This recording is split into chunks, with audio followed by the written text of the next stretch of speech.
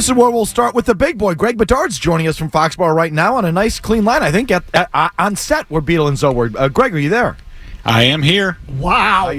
There he is. What's up, Crystal fellas? clear. Sounds good. All right. Even got video connection, the whole thing dialed in. Do you concur with Mike Reese that there is a different tone and feel among the players at camp so far, and is that a good or bad thing? Yeah, I don't think there's any question that there's a different vibe around camp. I think Mike was accurate in his description. It's just lighter. Guys feel like they can be themselves. That can cut both ways. I can see, at least during camp, I could see it being helpful, hopefully. But it comes from the vantage point of like football's tough enough, camp's tough enough. Do you need to be beaten down every day? I think that's some of the sentiment of at least sort of the new age players that are coming into the NFL, and why not lighten it up a little bit? But I think Gerard, at least my impression initially is, I do like the sort of the way he's doing things in terms of, he's trying to relate more to the players, be a little bit more human, make them more human. But I do think, and I don't think the first couple days are indicative, but he's tough at times. They've been running the hill after each of the first two practices. We saw some long practices in the off season during OTAs. So I think he's trying to strike a balance. Okay, is there a downside to it? And would that downside include Matthew Judon holding court, for 10 minutes yesterday on his contract? Is that a good or bad thing?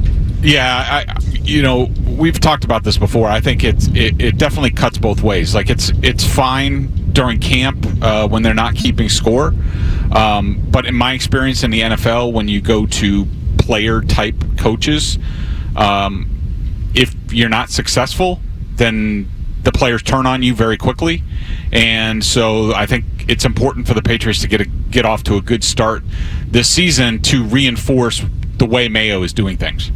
Greg, independent of the personalities and people being themselves, does it look like it's being run efficiently? Does it, in terms of station to station, whatever you can judge, does it look organized? It looks organized. I do want to caution, and a lot of my comments are going to, I'm going to say it's two practices in, and it's part of this acclimation process in the CBA where, the first 2 days are in just helmets. Then they move to shells. Then they can finally move to pads. I think it's Monday. I think is the first day they can practice in pads. So they're definitely like ramping up. Like I wouldn't go too nuts about what's been happening the first couple days, because I think they're just sort of laying the foundation and going over a bunch of different plays, and so they can learn from it, put it on film, learn from it, come out, get better. But I will say, and it definitely hit home today. And I had these thoughts during the OTAs and during the minicamp. I do not like the efficiency of practice at all. I thought today dragged. I thought today, especially with the offense, like there's no tempo, and maybe they're teaching, maybe they're going slow for a reason. And I will say, with my background with Mike McCarthy and the Packers and the West Coast offense, I have been through this before, and this is the way these West Coast guys like to practice. They put a lot into the play. They don't care about efficiency. They worry about the play. They want the perfect play. And so this is what you get with West Coast offensive coaches, and I don't like it. It's certainly a departure from what the Patriots have done before, but again, I assume there's a method to the madness. Well, I mean, there's a lot of standing around, especially when they go to team periods. Now, in the first team period, they do have things going on both fields. So you have Bailey Zappi and Joe Milton on one field. You have Jacoby Brissett and Drake May on another. So I do like that. But, when they get into team and all 90 guys are there, like to me, it just drags. And, when you're not executing well offensively, which was the case today, it just makes for a really long day, and just, I don't know, it's just not a good vibe around the team. Vinny, do me a favor on the simulcast. Could you pop up Greg's tweet again so I can read it off the screen? Because that was a pretty strong tweet. Greg Bedard posts on X. That was a pretty horrendous offensive practice from the Patriots. Slow, plotting, protection issues, route issues, period, paragraph. Greg, your thoughts? Yeah, I mean, I'm not gonna back away from that. I thought today was pretty poor in terms of an offensive practice, and these are things that if people remember that I said early on in the Matt Patricia offense, early on last year.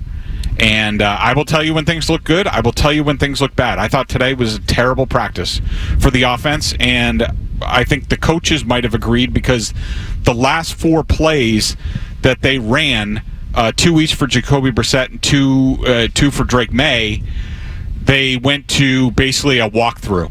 And to me, that was like, all right, let's finish like trying to execute something, the ball not being on the ground. I went through the plays when I got back to the press box. So I had 22 plays in team between Brissett and May. 13 of those plays were poor. 2 scrambles, 4 sacks, 2 run stuffs, 5 times the ball was on the ground. That's 60% of the plays. And that is horrendous NFL offense. Now, it's 2 days in. It's a new offense. A lot of new players. We all know about the defense, which just happened to be missing a bunch of top-line players today. And so we know the defense is going to be ahead of the offense. But to me, it wasn't about that today. Today, it was just about just piss-poor execution all over the place, and it needs to get a lot better. So, Greg, the protection issues you mentioned in the tweet, is that more you think about the personnel, or is it more because the coaches are trying different permutations up front? I think it's all of it, Jim. And I will say the defense seemed to be bringing some pressures today. I remember Josh Bledsoe came off the edge unblocked at one point. I do think the defense is throwing things at the offense, but a lot of it is just on them. I saw Wise beat Okorafor once. Caden Wallace gave up a pressure. Sidney So gave up a sack. Jalen Polk ran a wrong route on a rollout, which is going to happen. He's a rookie in a new offense. They don't have Pop Douglas out there, which obviously hurts a lot. I think they are just getting acclimated, and I think the defense is way ahead of them. Where's Pop Douglas? He's been taking part in individual, but he's not taking part in team. I don't know what's going on with him. He's not on PUP or anything, right? Nope. He's in uniform. He's in pads. He has his helmet, but he hasn't done anything when they've gone to team periods.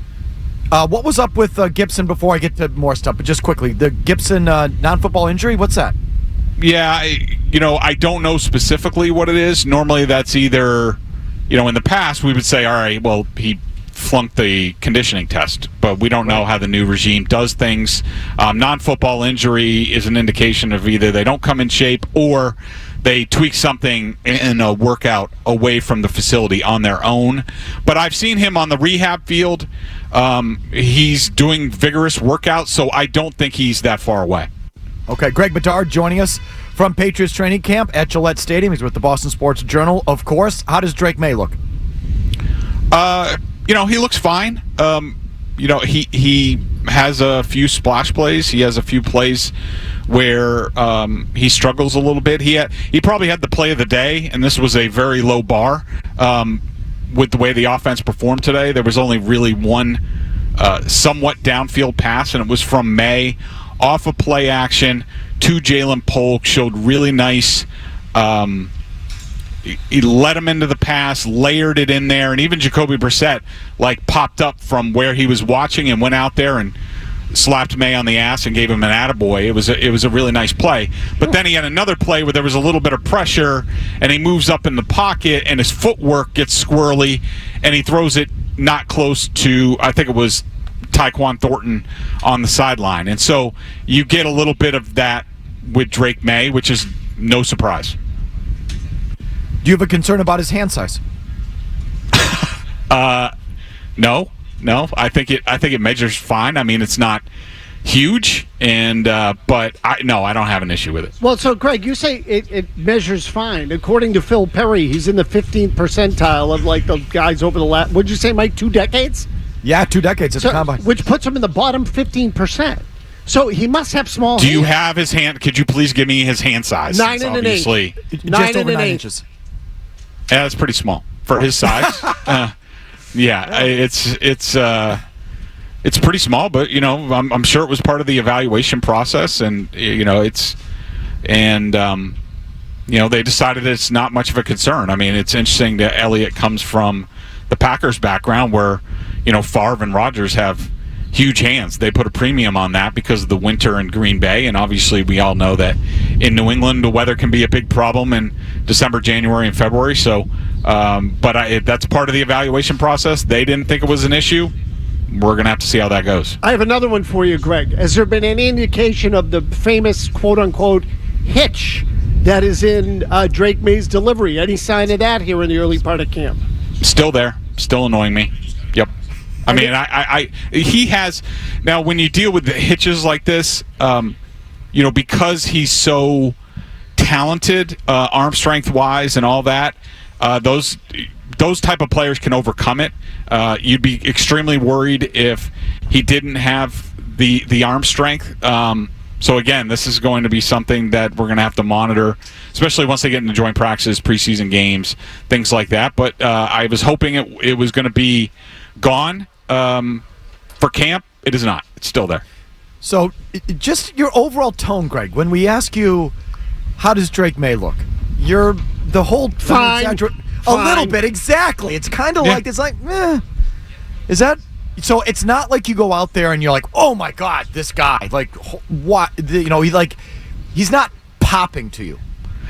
No, but I will say he hasn't really had the opportunity to show out yet. Normally you will see that in one-on-ones, wide receiver, cornerback, one-on-ones. He is certainly still a 7-on-7 hero. His deep pass that everybody saw to Jalen Reagor, that was in 7-on-7. May's also going against second and third stringers on defense, so he's going to have the opportunity for those plays. But we've had this conversation before in the past about not reading too much into early camp. He's going to get his opportunities to show out, and I bet he will. When we get into 7-on-7, maybe a little bit more with up-tempo stuff, clock management, 2-minute drill, all that stuff. I think he's going to pop, but to this point, no, they're taking it slow, and he hasn't had really the opportunity to show out yet.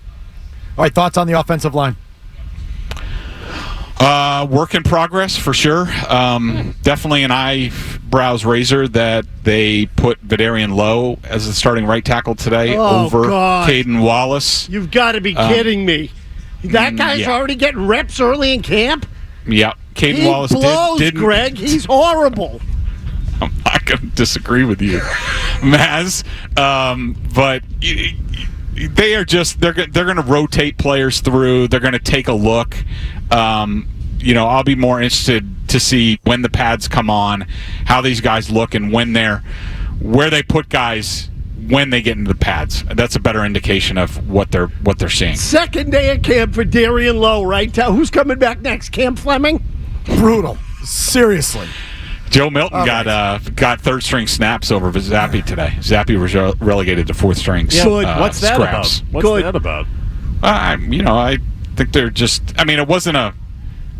It's not like Zappy. Milton got a ton more snaps than Zappy, but I don't know. We'll have to see. I don't think Zappy's long for here. He could be brought back on the practice. He could go throughout the whole thing and be back on the practice squad as the veteran. I think they're going to bring in somebody ultimately who's been with Van Pelt before, knows the offense, to be on the practice squad and be the emergency third string quarterback. But it could be Zappy. We'll see. He had a nice pass yesterday when he got an opportunity, and he still looks confident out there. The guy does not lack for confidence, that's for sure. All right. Anything else before we let you go? I don't. So what was interesting today, towards the end of practice, was that Robert Kraft came out and had a lengthy discussion with Matthew Judon. And then after that, Kraft went and had a discussion with Elliott Wolf. So it'll be interesting to see if maybe there's some contract movement. If you like that clip, check out more videos from Felger and Mazz here. For more Patriots analysis and opinion, hit this playlist. And for all the latest from the Sports Hub, download the app at 985thesportshub.com.